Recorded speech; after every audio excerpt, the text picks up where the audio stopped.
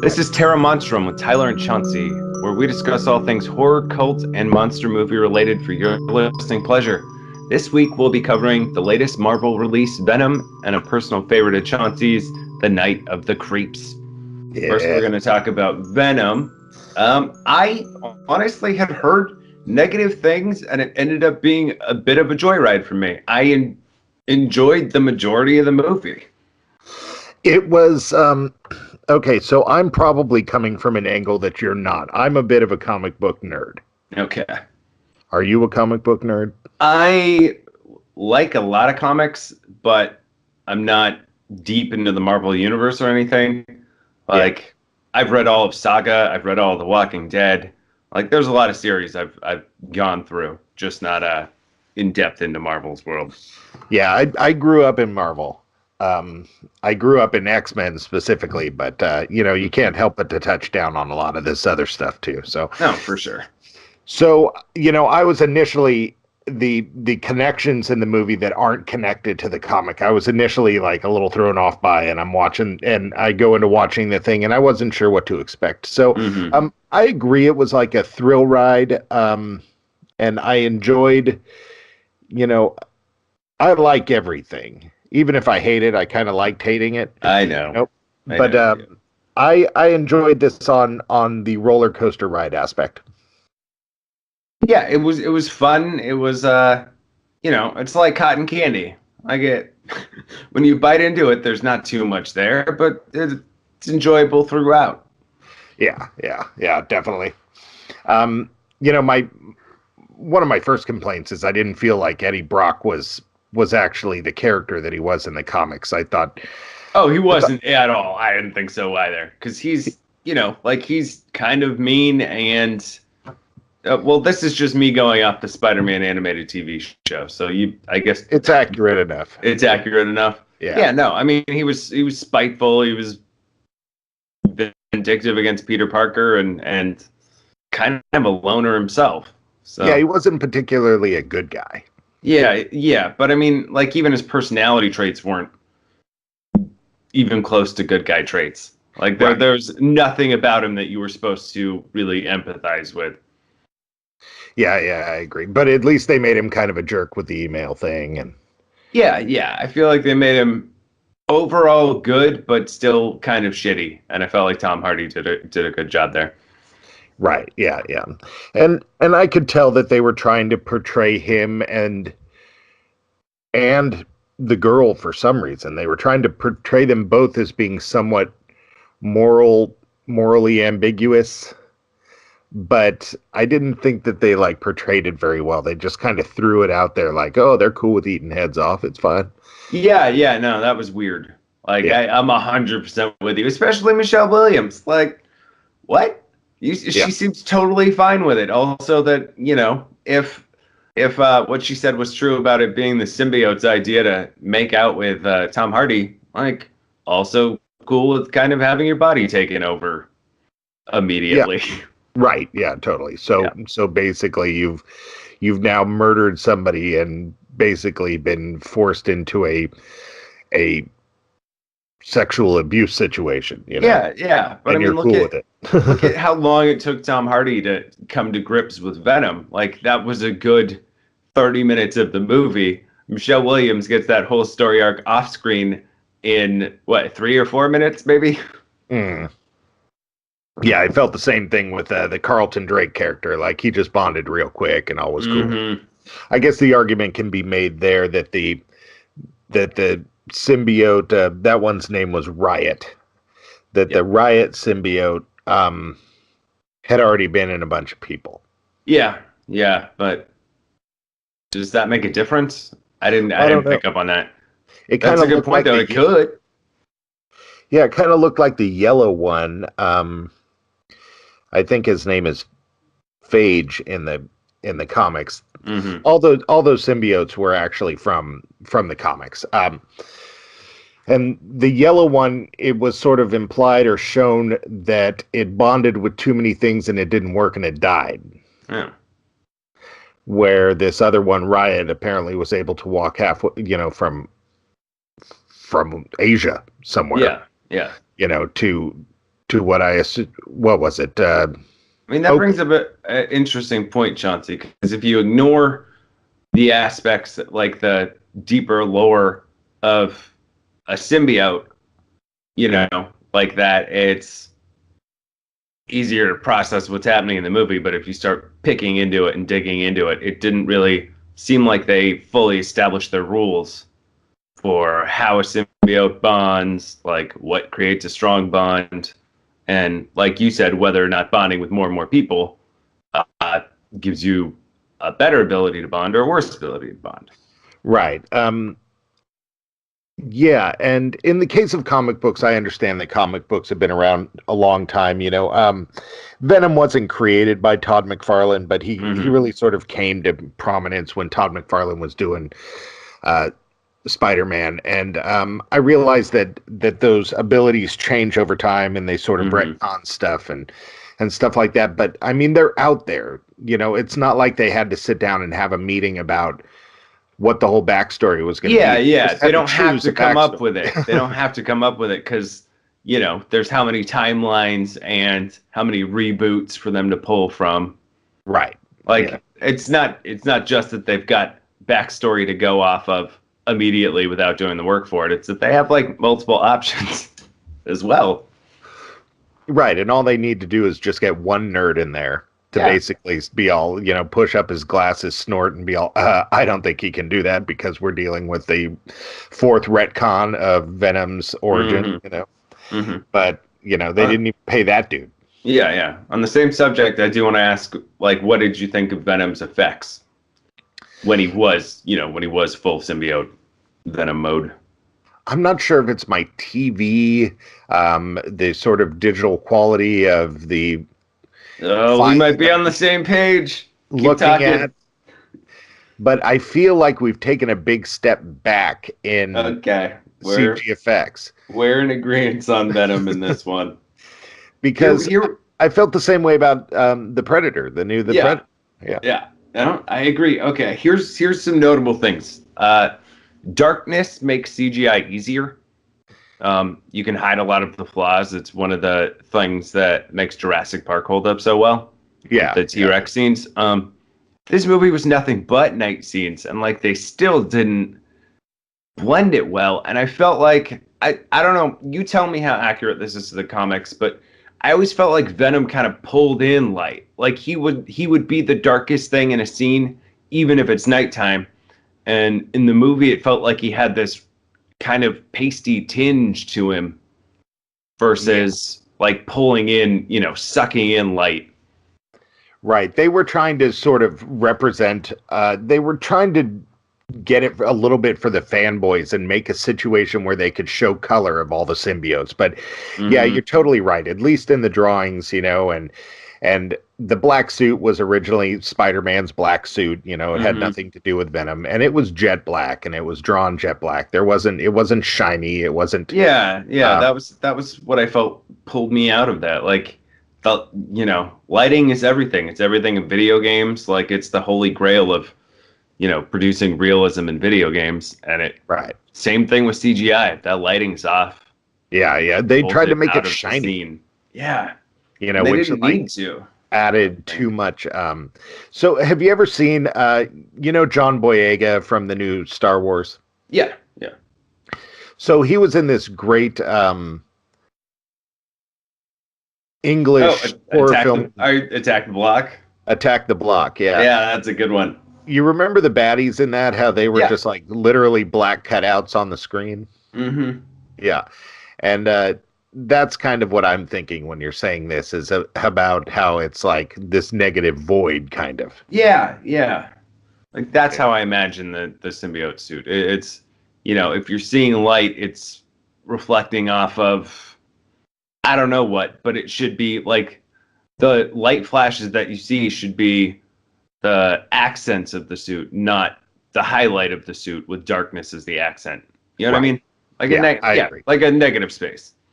Right. Venom was liquid, and he was, crazy, bendy, shooty, and all that stuff. But I never really thought of him as slimy. Yeah, me either. No, not at all. It feels like this. To me, always felt like more of a latexy type of. Yeah, or tar or something.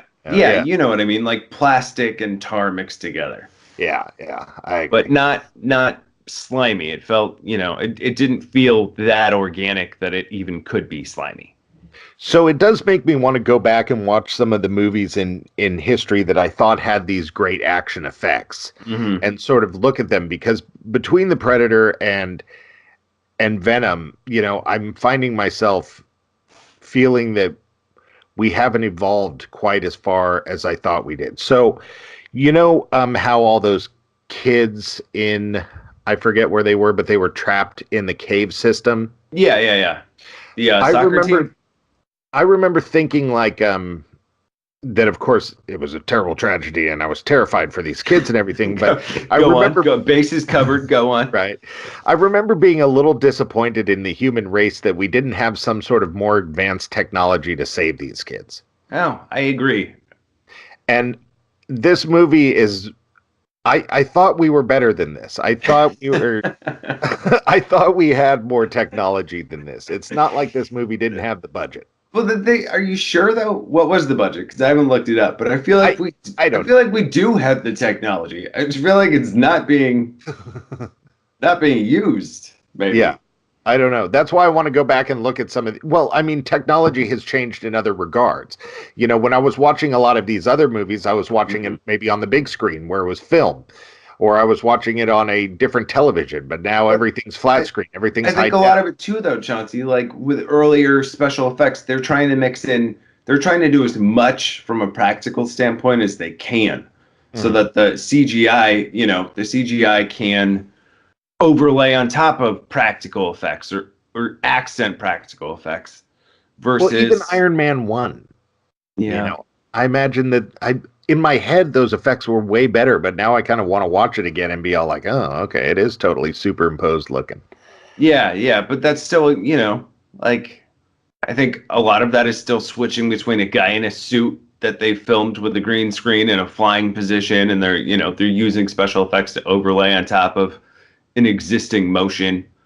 Yeah, that's true. A lot of this was pure CGI. There wasn't, Yeah, like the fight scene between Riot and Venom, it's like you could tell that Tom Hardy was basically a voiceover. He was sitting in some soundproof booth pretending he had nothing to do with being in the scene. And that felt like a cartoon fight at that point. Like the biggest downside to special effects being done that poorly is that me as an audience member, I don't feel like I have a stake in the scene anymore. Right. Yeah. I want to know that it's like watching NASCAR. I don't want anybody to crash, but I know it's a possibility. Yeah. But when I'm watching the fight between Venom and Riot, it's basically watching a battle of zeros and ones. Yeah, I agree. Yeah. Well said. I'm not sure if I'm the zero or the one. Yeah. But I mean, I don't think that the effects team is to be blamed on that. I think the director is on that aspect. The effects team are to be blamed on the quality of the CGI, or yeah, absolutely. And it doesn't, like, I know I've seen the numbers, and practical effects are almost always cheaper too, and just hold up better. So to me, it seems like it would be a smart monetary choice, even just to lay off the digital. Yeah, it should be proof as to how good this movie is the fact that we just sat here and talked about the effects the whole time. That's true. I mean, Tom Hardy's acting was good, and I genuinely enjoyed, like his coming to the realization that he's got something inside him, and then, growing to work with it. But he nailed it. It never felt forced, it never felt fake, and it felt in line with his character. I disagree. Do you think he didn't freak out enough? No, I found his acting to be sort of like meh. Okay. I liked it. Yeah, I don't know. It didn't feel phoned in to me. I felt like the hard part about acting to me is that is it the writing or is it the acting? Yeah. Well, So having seen the movie Upgrade, Chauncey, which is a recent body horror film starring Logan Marshall Green, and kind of mirrors the same idea of Venom. right. Watching someone who looks very similar to Tom Hardy undergo the exact same realizations with this, instead of a symbiote, it's an AI that's, can help control his body.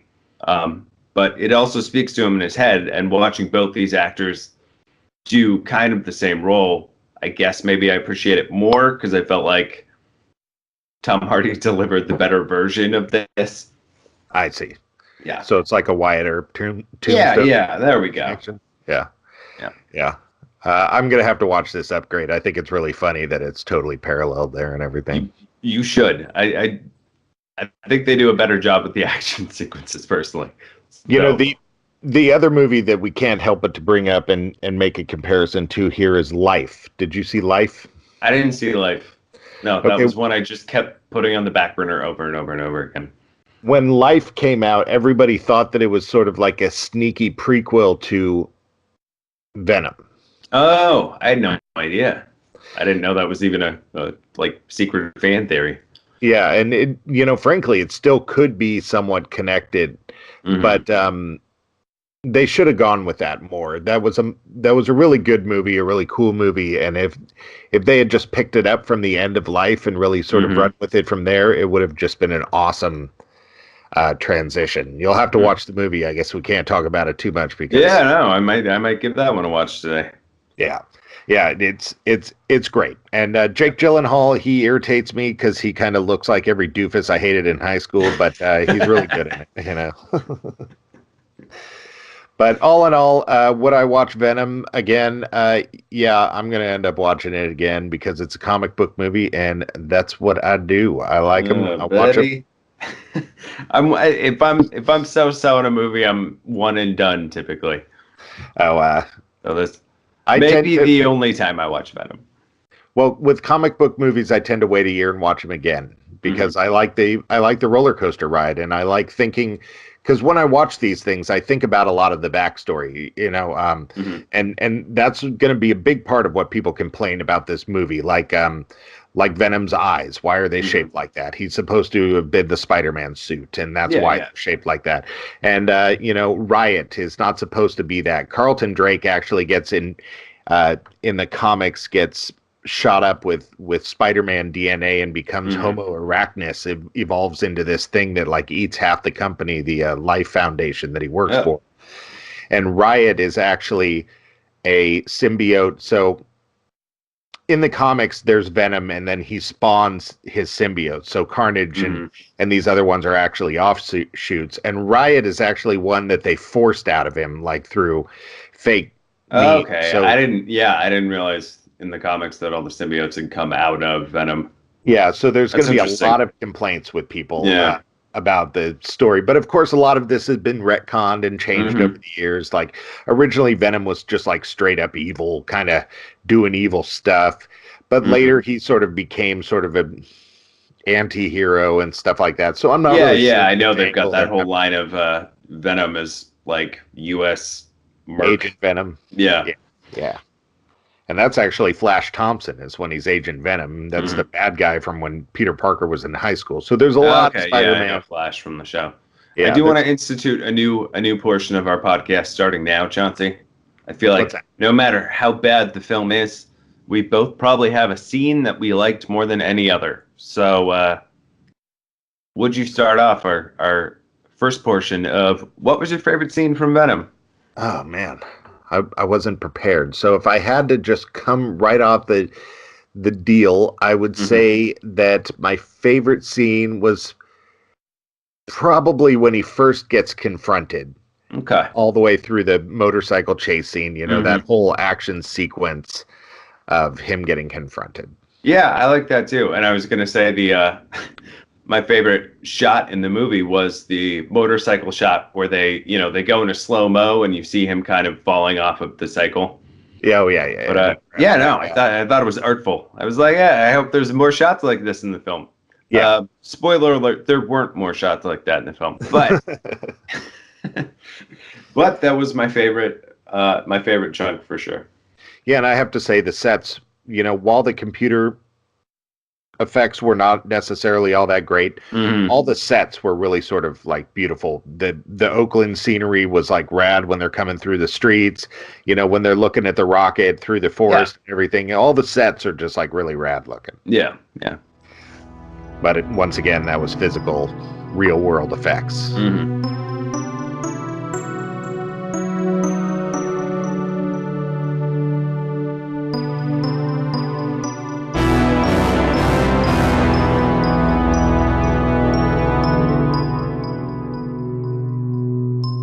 What do you say we move on to some even less impressive aliens in our next film? Night of the Creeps. Night of the Creeps. Right. We might have to break up.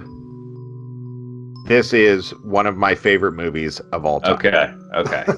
I mean, we can.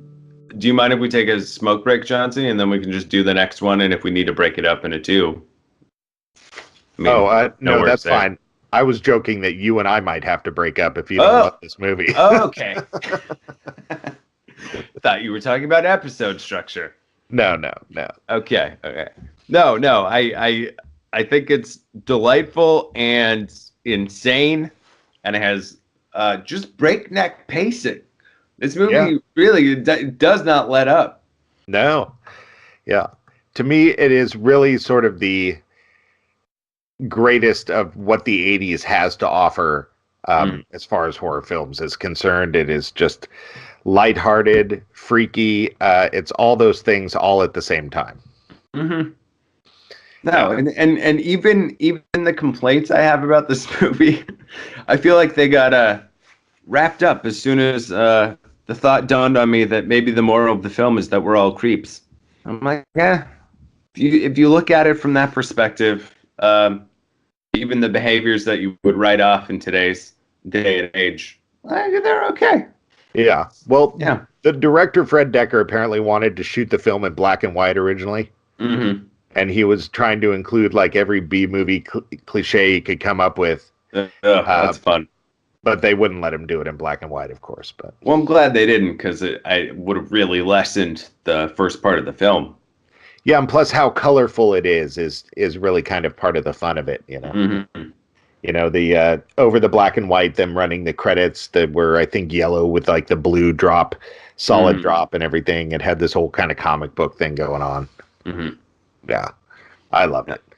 No, I loved it too. Let's start out with the aliens, maybe. Well, let's say for the audience, here's an older film, so we can run it down. The movie is basically about space babies that are transporting dangerous cargo that lose it on the planet.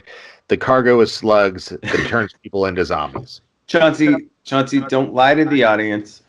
It's not space babies. I believe it's sentient space scrotums.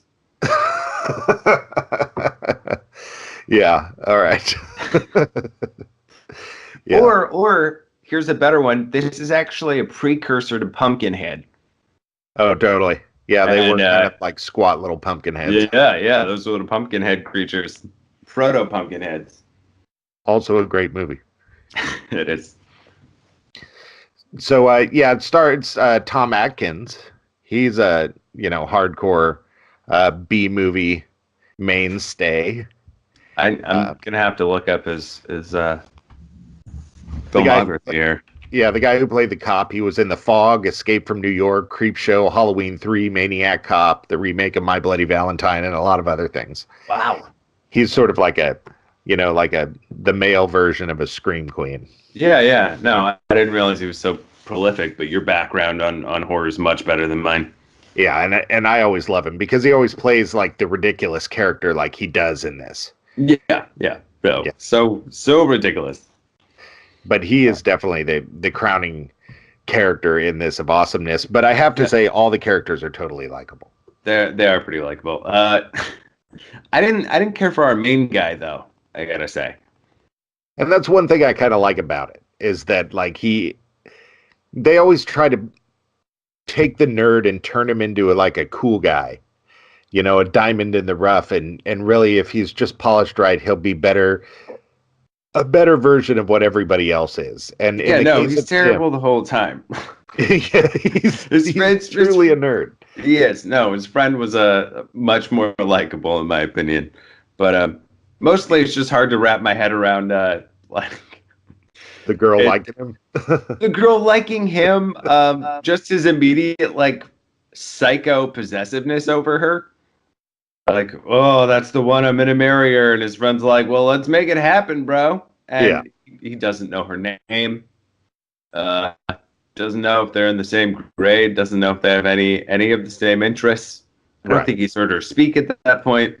Yeah, well, this was not exactly, 86 was not exactly I know. a women's lib year for movies. It was not a woke year, that's for sure. Yeah, it definitely wasn't. But I have to say, Jill Whitlow, the chick who played Cynthia, was like one of my first like Hollywood loves. Oh yeah? Like, I remember watching this movie when I was younger, going like, "Oh my gosh, I love that chick." I wanted to date Jill Whitlow. No, my very first movie crush as a child was the childlike empress in Neverending Story. Oh, I don't blame you. Yeah. Yeah. As a 12-year-old, I would totally think that we should, do what 12-year-olds do together, which is, hold hands. Right, hold hands, and maybe exchange notes. Yeah. I talk about that now. It's like my wife and I will be walking around and like, so we go to the casino every Friday night, and Terry knows all the staff because we go every Friday night, and there's this one girl and she's just all, oh, she's so pretty. Don't you think she's hot? And like, she's like 22 and I'm like 42. And I'm just all, honey, at this point in my age, like, I do think that she's totally hot, and younger Chance would have thought she was totally hot. But now when I see hot chicks, it makes me want to buy them a backpack and pay for their schooling. It's like, I just don't have that now because I see him as a child. Yeah, yeah. No, one of my rules in life is the older you get, the higher up that you're a kid. Range goes. Yeah. My new standard for this is like, if you're not 10 years older than my oldest child, you're undateable. Yeah, that's a good standard. But that character Steve Marshall as JC, the disabled guy, I gotta say that the area where this movie was woke is they really displayed a disabled person as like a main character, a likable character, probably the most truly admirable character in the movie. A fully fleshed out person. Like, he's the only person who, when he passes, I'm like, ugh. Right, he's the only guy. I wanted more of this guy. I wanted to see more of this character. Like, it's a shame this guy's gone from the movie now. And he's the only one in the movie that I like personally identified with, that I considered myself somewhat like. And it's not common that you see that with a disabled character. Yeah, no, I agree, because he's in the background in how people notice him, and I think, yeah.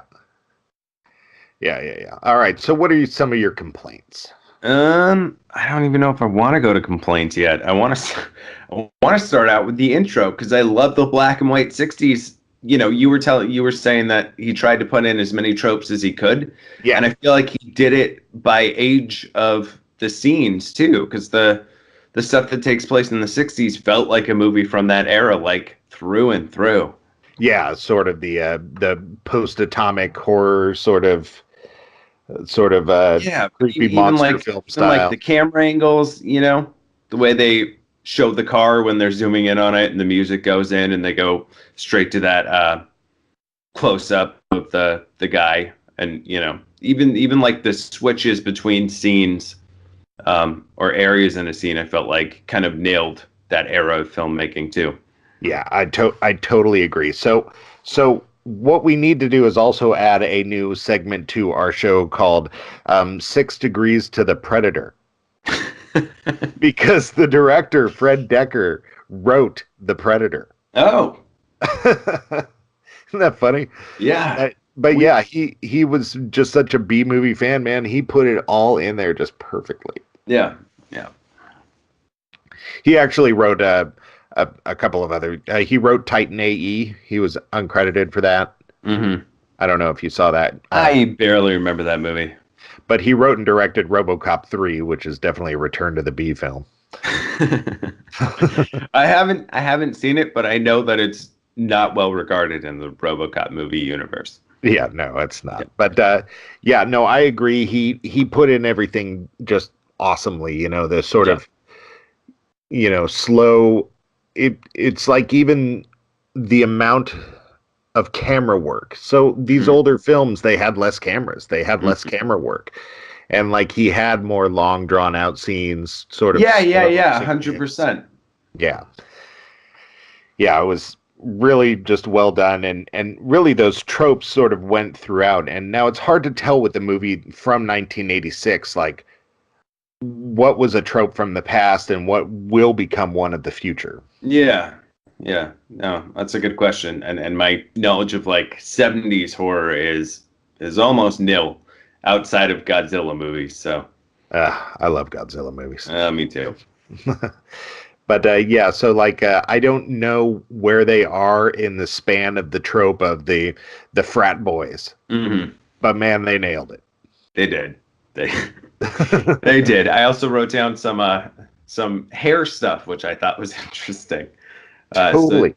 So you'll notice it. You'll notice it during the confrontation scene. All the bullies are outside of the front of some building, and right. The two main characters are there too. The bully pushes over the kid on crutches, and if you look at their hair parts, if you part the main part of the coif, so it's on the left hand side, that's strong cool guy hair, and you'll see like John Hamm have it in Mad Men, Tom Brokaw and John Wayne. And if you part the main part of the coif to the left, then you've got a like wormy weak guy character.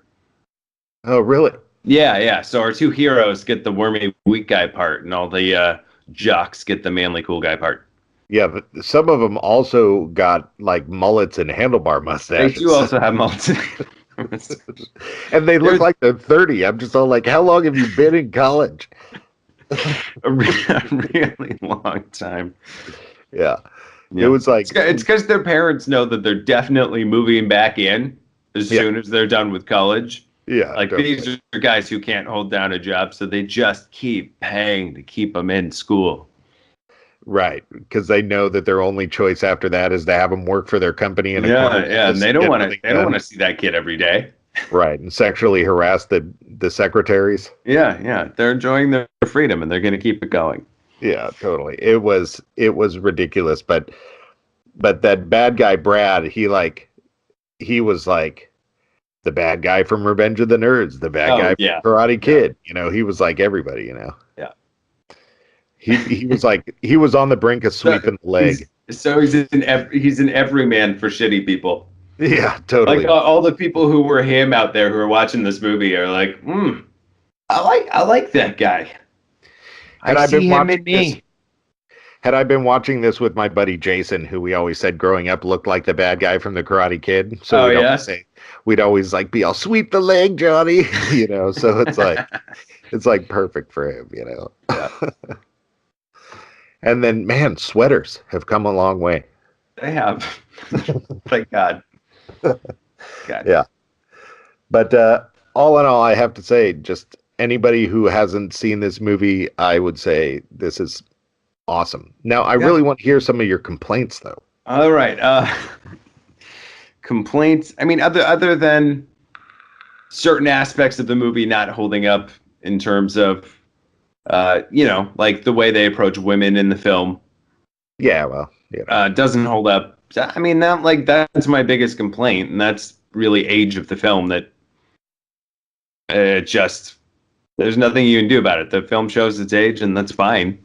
But if I look at it through the lens of everyone's a creep, then it totally works in the movie. Right. Yeah. Totally. Yeah. No.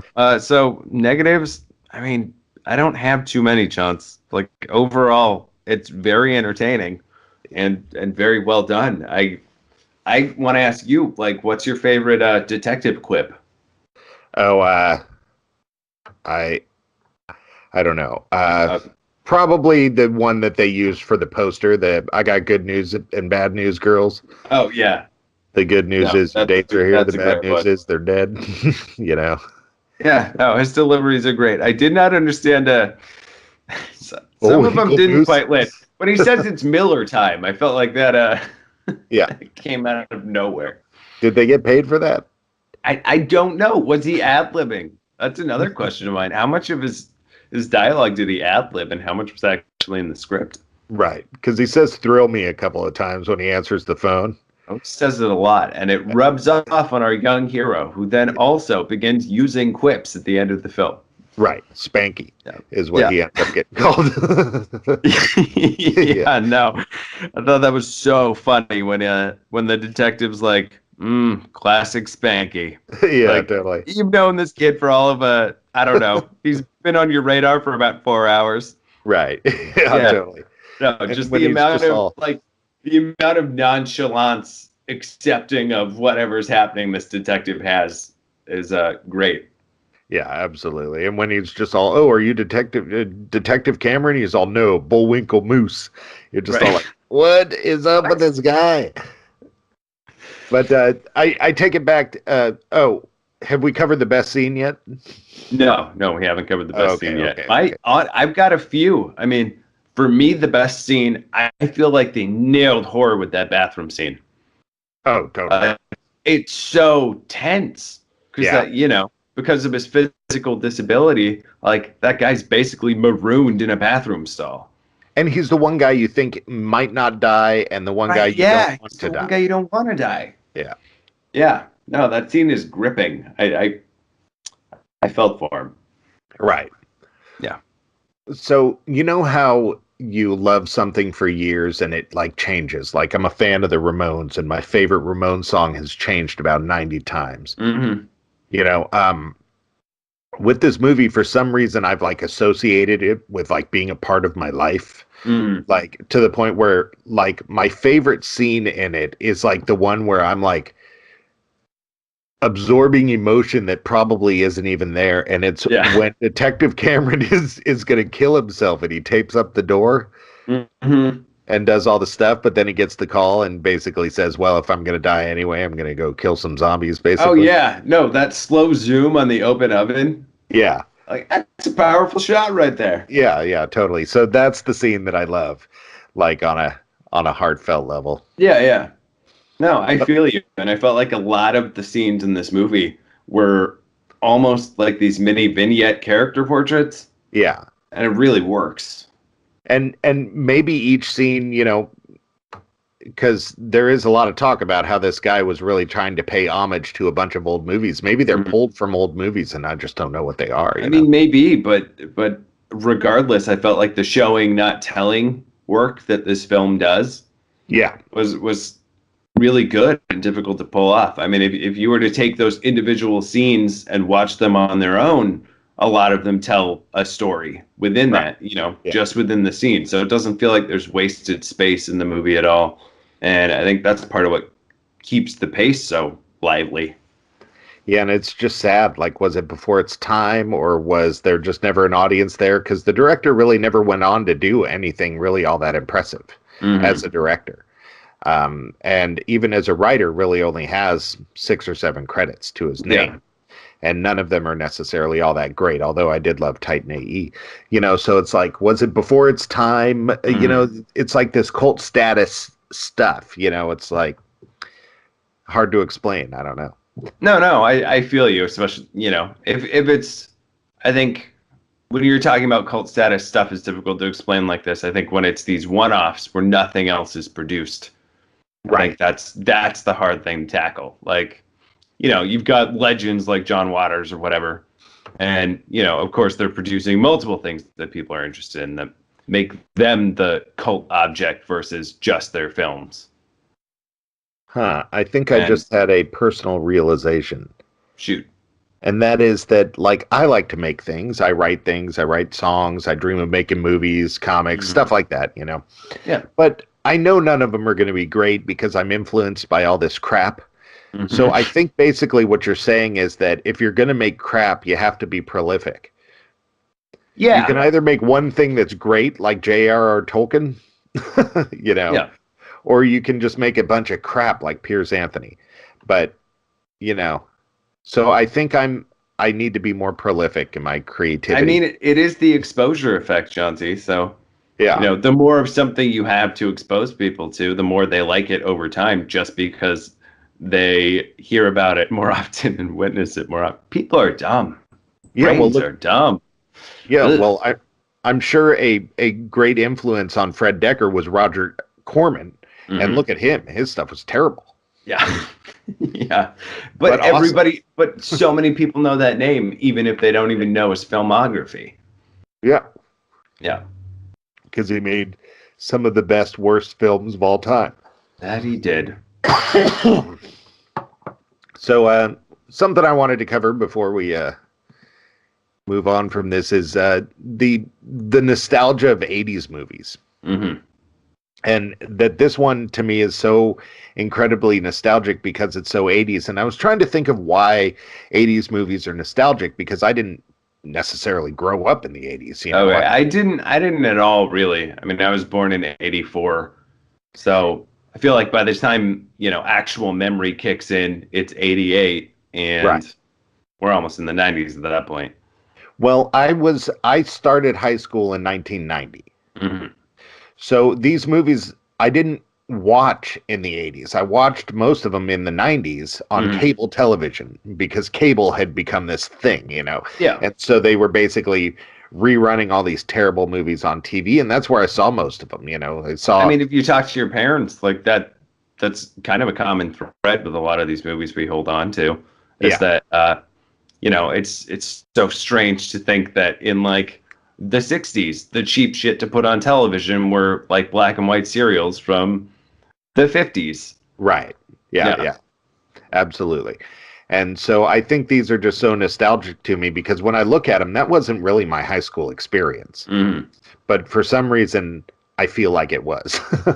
I think maybe because these movies do a good job of like distilling the high school experience. And if you were to condense that experience to going into a strange place, being an outsider, finding some sort of niche, becoming accepted within a small social circle, and then coming out the other side again, that's high school. And that's almost the whole plot line of, the whole beat of most of these films. Yeah, I guess so. I guess it's every person's life. Maybe not women. Maybe they can't identify like you were saying. I have no idea. But we were talking. Have to live a different life entirely. I was talking to coworkers about this earlier, about like, people hating on people who are racist, like Christopher Columbus and stuff. Mm-hmm. And I'm so, well, of course he was racist. It was before 1968. Everybody was, it's like, so like when I talk to my, my daughter, about watching movies, a lot of the time I say, when you're taking in art, you have to take in the time it was created. I think accept that. Yeah, I think in my opinion, it's more about, I guess, truthfulness of a story. I think the truth is more important than, whatever's been built up around it. So the lies about Christopher Columbus are, useless. Like, it's useless information. And if you know the truth and you still want to celebrate somebody, fine. But if you want to remain ignorant of the truth, then you're doing history a disservice. Then you're not giving yourself the ability to learn lessons from history and, understand how things actually repeat. Right. So, So even here, you have to take into consideration that basically if women weren't treated like women in the 80s, then it wouldn't be a very good film to take place in the 80s. Yeah. Yeah, no, I agree with you there. Like, I don't hold the film's time against it or anything. It's and funny, I wouldn't compare it to Christopher Columbus, because the film didn't subjugate anyone. So I feel like my rant, doesn't have too much to do with this example. That's what I was about to laugh about. Is like somebody's going to listen to this and then think about the movie in this totally serious regard and then go watch it. Oh, this is what they were talking about. Yeah. But I have to say, it is in one of my top 10 favorite films of all It's time. great. It's a fantastic movie, and I highly recommend it. I wouldn't, I even appreciate the fact that they left the ending open for a sequel that will never happen, but it's nice to know that the possibility is there. That's the director's cut. Okay. What is different in the actual theater release? I don't remember exactly. I think they just kind of win they win, and then we see the dog walk off, and we can see that the dog is still a zombie slug. Okay. And really, the they sort of director's leave cut, it a little open-ended. The detective walks off. Yeah. And Which his is head kind of splits a open and all bummer. that stuff. Yeah. Oh, yeah. Total. Yeah. No, it's a downer. But yeah, the original theatrical one just kind of had a little pop-up scare with the dog. And it was the sort of traditional 80s ending. I kind of like that better. Yeah, well, especially they did kind of make a sequel. There was this movie called Zombie Town that was marketed in some regions as a sequel and alternately titled Night of the Creeps 2, Zombie Town. But I think it was like a German film. Okay. Yeah. So not an actual sequel. No. I have downloaded it, but I haven't watched it yet. Well, I think I am out of comments on Night of the Creeps. That's enough Night of the Creeps. I've gone through my notes up and down, Chauncey. I mean, the last thing I have to say is that lawnmower point of view shot was excellent, and I wish more movies did weapon point of view shots. Totally. Yeah. Yeah, my closing statement is that a lot of things in this world can't be relied on, but whenever a movie has night of the, day of the, or anything like that in the title, you can bet it'll be at least so good. Yeah, it'll at least be okay. Yeah. I'm going to have to find some examples to prove you wrong next time. All right. Night of the Crying Cats. I mean, that's a terrible film, Chauncey. What about Night of the Lipas with the rabbits? Oh, that one's so weird. I've never even seen it all the way through. I've just seen snips of it. Yeah. Now, you got to really be committed if you're gonna. You do. But I mean, big bunnies. I guess that's scary. Well, as long as it eats you. Yeah. But would it? Right. I say no. I say large bunnies don't develop a taste for blood. Yeah, well, we're going to have to put that at the very end of the long list of movies that we're going to watch. For sure. All right, Chance. Until next time, my friend. All right.